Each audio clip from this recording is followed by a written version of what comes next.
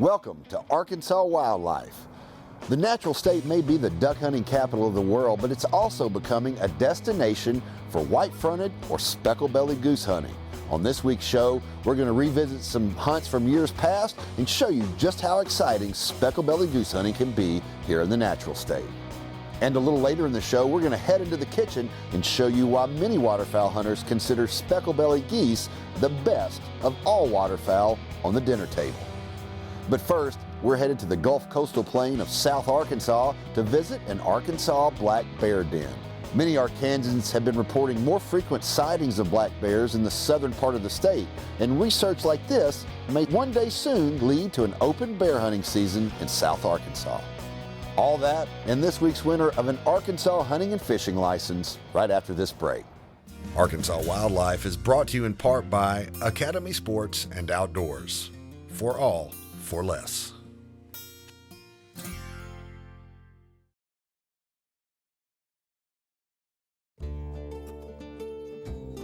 £6 on the money. Arkansas Game and Fish Commission biologists perform dozens of bear den surveys each year. By tracking reproductive success and survival rates from a cross-section of the state's bear population, biologists can better manage bear hunting seasons and ensure a healthy Arkansas bear population. 27.7. But this is no ordinary bear den survey. This is our first step in being able to actively monitor our Gulf Coastal Plain bear population. We know we have females moving into the Gulf Coastal Plain of the state, and so yeah, this is the first chapter of a very interesting book. Black bears once roamed far and wide in the natural state, but by the 1920s, their number had dwindled to a few dozen in the lower White River Basin. That led to a prohibition on bear hunting in 1930. The Arkansas Game and Fish Commission reintroduced bears to the Ozarks and Ouachitas in the 1950s and 1960s, and by 1980, the population had grown large enough to reopen the state's bear season. Today, Arkansas has an estimated 5,000 bears, and hunters have taken about 400 bears a year over the past decade. The latest development in the bear's comeback is the species expansion into South Arkansas's Gulf Coastal Plain. One of the objectives that was laid out in the statewide black bear management plan that the commission adopted last year was to begin to monitor this Gulf Coastal Plain population. One goal of the Gulf Coastal Plain bear research is to determine the origins of the recent range expansion. Whereas the state's mountain bears descended from transplants from the northern U.S. and Canada, the White River population originated from the few native Arkansas bears that persisted in southeastern Arkansas. The White River bears also were the source for repopulating bears to Felsenthal National Wildlife Refuge in the early 2000s. The northern Louisiana bears coming up through the Ouachita River drainage, possibly Bartholomew bears or White River bears dispersing westward, or Ouachita bears that are dispersing south and east. The primary objective of the Coastal Plain research is to determine just how many bears are making a home there. What we want to answer is, do we have a sustainable population? I mean, that's the key piece of information that we're seeking right now. We know that we have adult females, we know that we have adult males, there's reproduction taking place. What we don't know is how extensive that reproduction is. Is it all the way across the Gulf Coastal Plain? Is it kind of isolated into a small, thin perimeter around those local populations like White River, Felsenthal, and the Ouachitas? The ultimate goal will be establishing a bear hunting season in South Arkansas. If and when we do determine that there is a sustainable population that can withstand probably pretty regulated hunting season at first, and then we'll take baby steps into it. But the ultimate objective of this is determine if we have a sustainable population or a large enough population to be able to hunt in the Gulf Coastal Plain. For that to happen, the Game and Fish Commission needs your help. What we are seeking as an agency is any documentable evidence of black bears in the Gulf Coastal Plain area, whether you're a lease owner a landowner, anything like that, that you may have game camera pictures. I mean, we're interested in knowing that because the Gulf Coastal Plain is largely private land.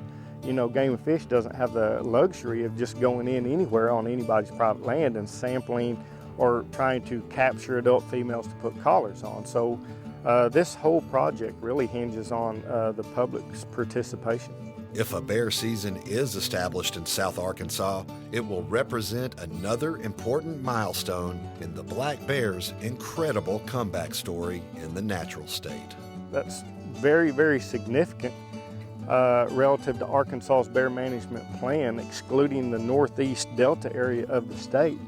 Once we obtain a season down here, we will have virtually reintroduced a bear hunting season through almost the entire state of Arkansas.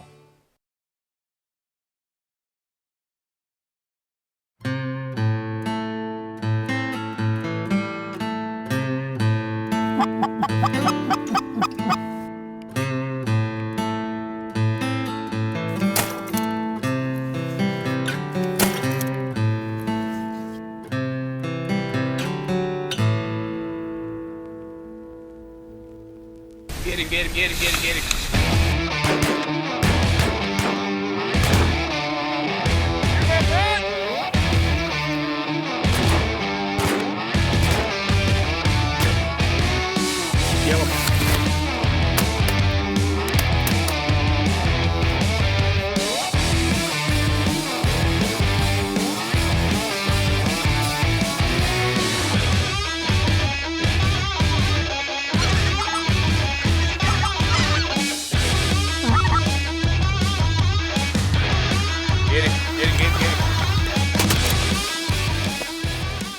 It's one of the biggest ones I've ever seen.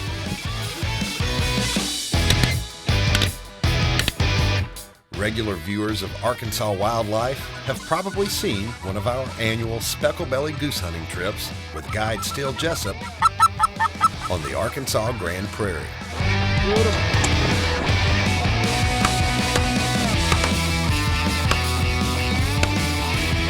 It's one of our favorite episodes each year for many reasons.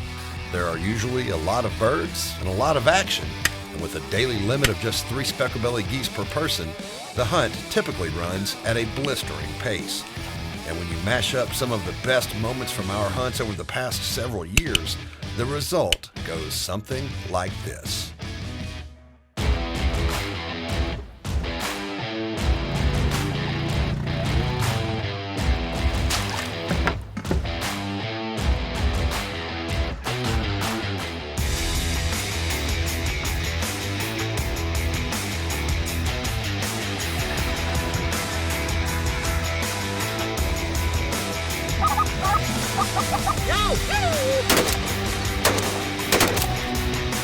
Bonus bird. Bonus!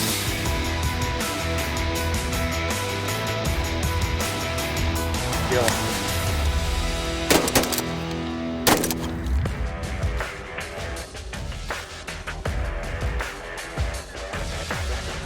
Now go.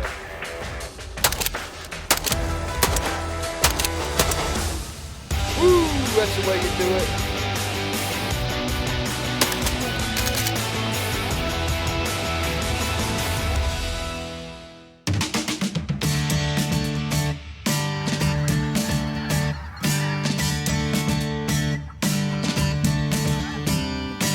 Technically known as greater white-fronted geese, specklebelly geese have become a more common target for Arkansas waterfowlers over the past decade. It's no accident that the specklebelly's rising popularity has run parallel to the bird's increasing numbers in the natural state. Once a rare sight in eastern Arkansas, these days the birds are wintering here by the hundreds of thousands, making Arkansas one of the country's leaders in annual specklebelly harvest. Concealment is crucial.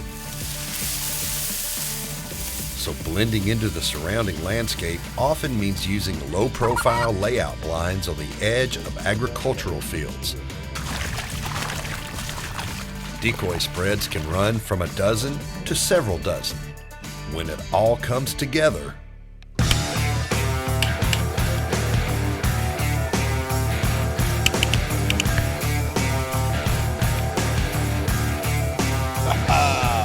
One of our crew's biggest challenges is getting all of that action on camera.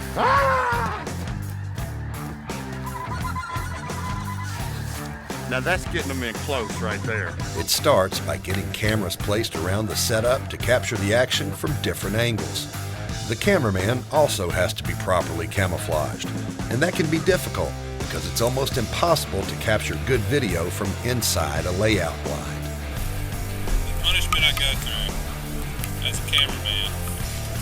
It's raining, rain's throwing mud on me. But our man Scotty Wyatt always goes the extra mile to get the shots. Do you not remember the paper license video?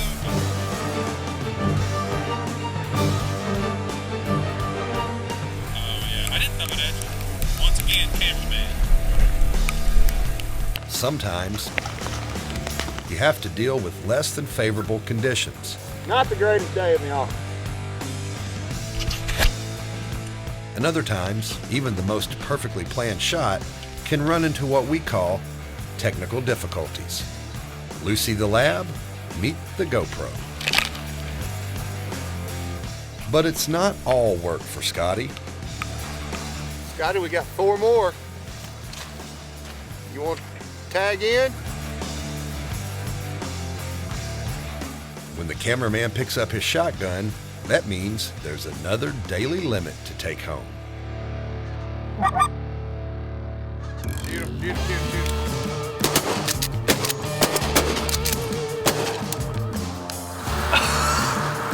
Get one? I don't think so. Although he did have to burn a little powder before he found his mark. Oh! Gun jam! Did everybody jam? Kill it.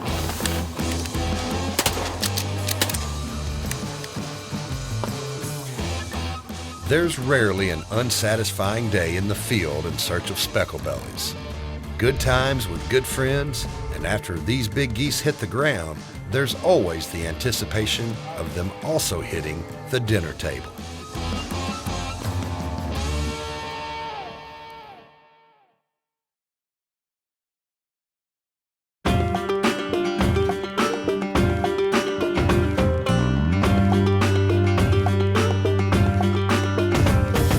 We always enjoy our specklebelly goose hunting trips in eastern Arkansas, but one of the best things about specklebelly geese is bringing them home and putting them on the dinner table. We've said often on this show that you treat waterfowl like beef in the kitchen, and specklebelly's no exception. So today we'll show you a recipe for a pot roast substituting specklebelly goose breast for beef. We're going to season it with some fresh herbs and garlic, add some potatoes, carrots, and onion, and throw it all in an electric pressure cooker. One of the greatest things about these new electric pressure cookers is the simplicity. One pot to cook in, one pot to serve out of, and most importantly, one pot to clean up. Our first step is to put a little salt and pepper on these specklebelly breasts. We're going to sear these in our pressure cooker that is set to the saute setting. A couple tablespoons of olive oil. Good and hot in there. Oh, sizzle, sizzle, sizzle. Like that sound. Some salt and pepper on the other side. While that's cooking, we'll chop up our onion, prep the rest of our seasonings, a little thyme, a little rosemary, and some fresh garlic.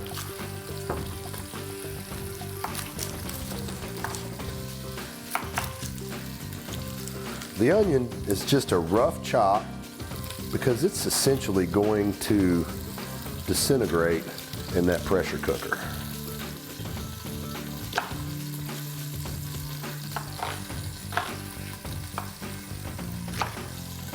Good and brown on one side, so we're going to flip it over now.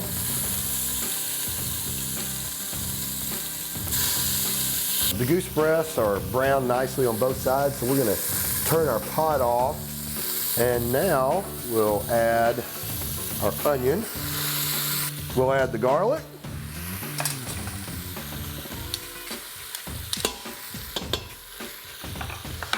And then a couple of sprigs of rosemary and thyme.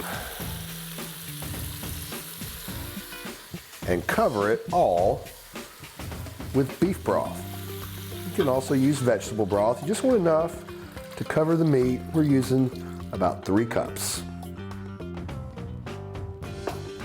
Our goose breast and our seasonings are in there. We're gonna put the lid on the electric pressure cooker, make sure the vent is sealed.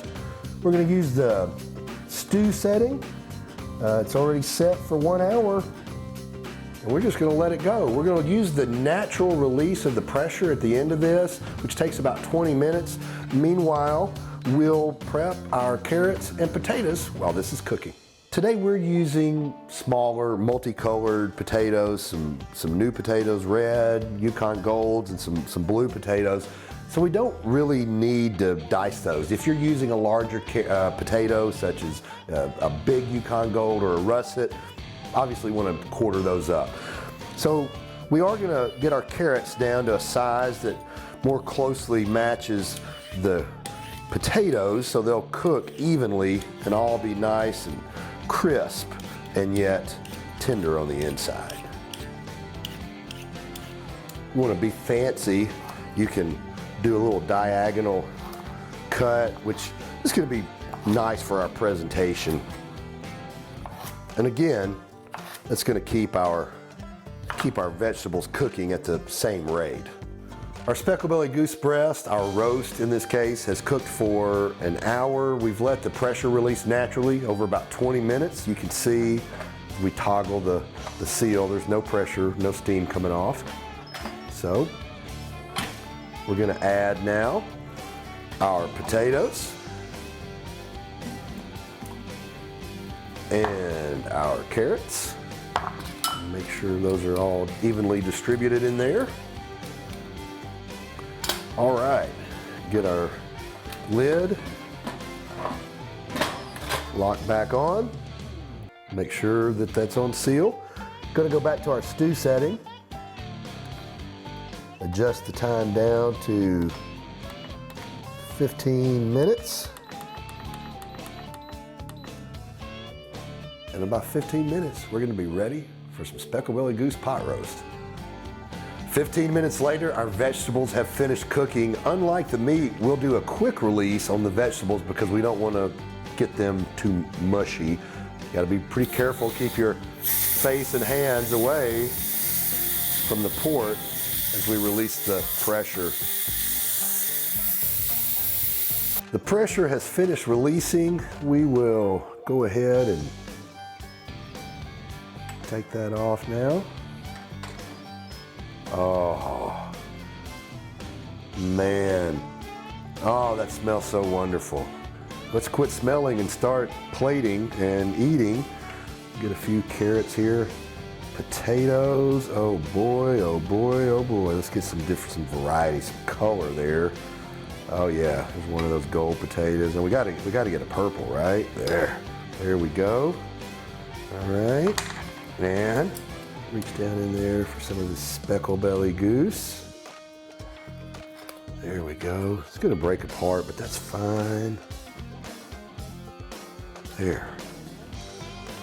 We'll put a little piece of rosemary on it, a couple of pieces of baguette, and there is your Specklebelly goose pot roast. Arkansas Wildlife presents the Watch and Win giveaway.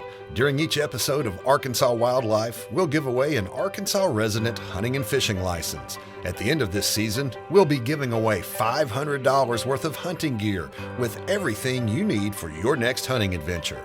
It's all provided by Academy Sports and Outdoors. Visit the Arkansas Wildlife webpage and enter at arkansaswildlife.com. This week's winner is Rose Harris from Boonville. Congratulations and thanks for watching.